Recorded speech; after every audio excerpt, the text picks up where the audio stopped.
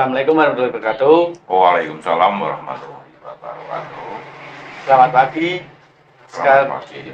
Sekarang saya sedang berada di kediaman Bapak Purwadi. Beliau sebagai pensiunan guru, tepatnya di SD Negeri 2 Monongsari. Selamat pagi, Pak. Selamat pagi. Apa kabarnya, Pak? Baik-baik. Maaf, Pak, sebelumnya Bapak mulai mengajar itu tahun berapa ya, Pak? Dulu waktu saya mengajar kalau GTT itu tahun 1983. Terus yang diangkat pada tahun 1976.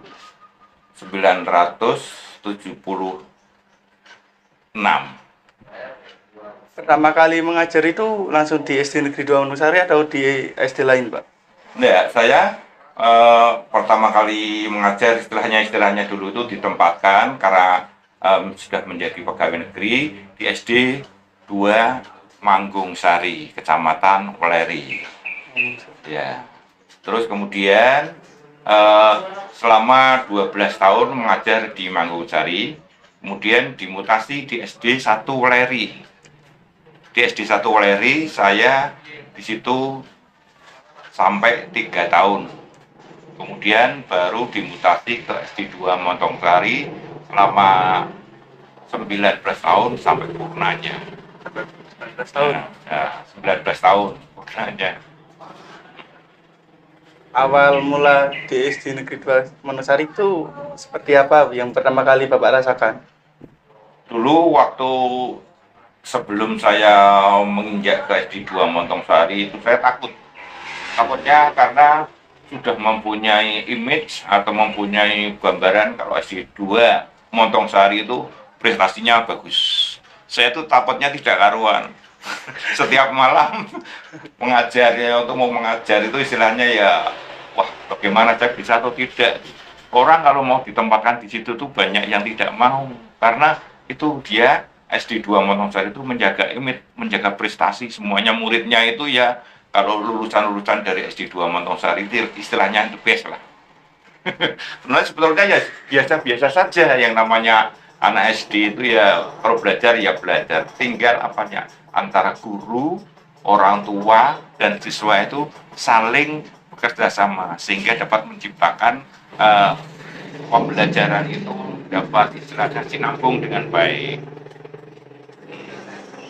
Tentang anak-anak sendiri nih, Pak. Biasanya kesulitan apa yang Bapak alami untuk mengajar anak-anak waktu masih mengajar? Kesulitannya untuk mengajar itu biasanya banyak sekali kendalanya. Satu, kalau anak itu kalau diberi istilahnya pelajaran atau saat pelajaran, mereka itu ada yang istilahnya itu fokus atau yang tidak fokus. Kemudian kalau ditanya sudah jelas sudah, tapi ternyata kalau dicoba dengan latihan-latihan soal masih banyak yang kurang. Itu kesulitan saya.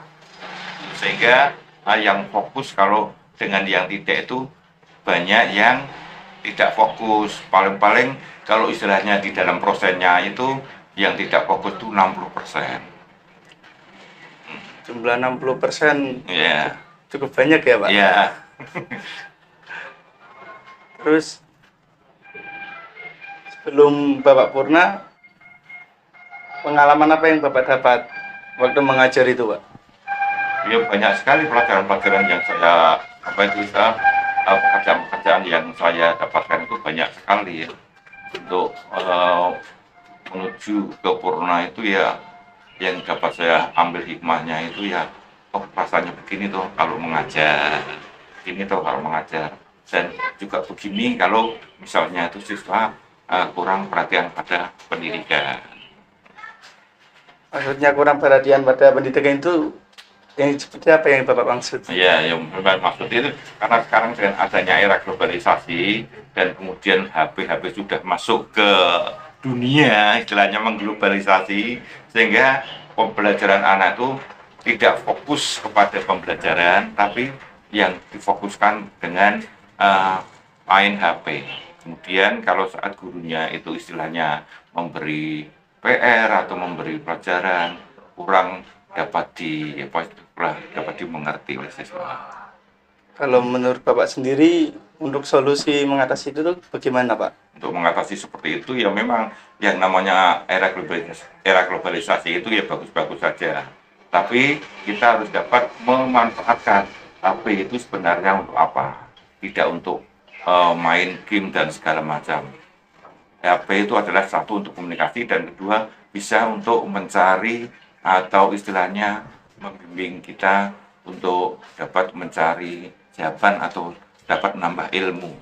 Oh ya, seperti searching-searching di internet gitu ya, Pak? Nah, itu Kalau menurut Bapak, kenakalan apa yang sering dibuat atau sering diperbuat sama anak-anak SD? Apakah kenakalan. bertengkar atau apa, Pak?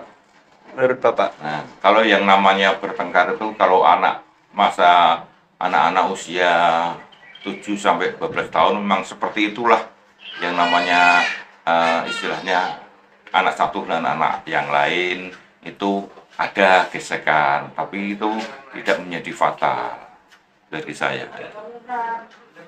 Kalau Bapak mengatasi itu, bagaimana Pak caranya mengatasi? Misalnya ada anak yang berantem, terus musuhan, itu Bapak cara mengatasinya bagaimana? Mengatasinya ya kita harus semuanya itu berpedoman pada Pancasila pada sila ketiga, persatuan. Kalau kamu tidak bersatu, bagaimana nih negara?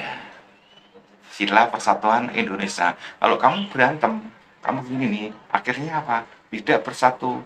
Yang namanya tidak bersatu itu tidak kokoh.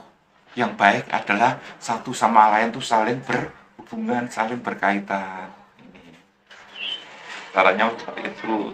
Ya, istilahnya seperti itu.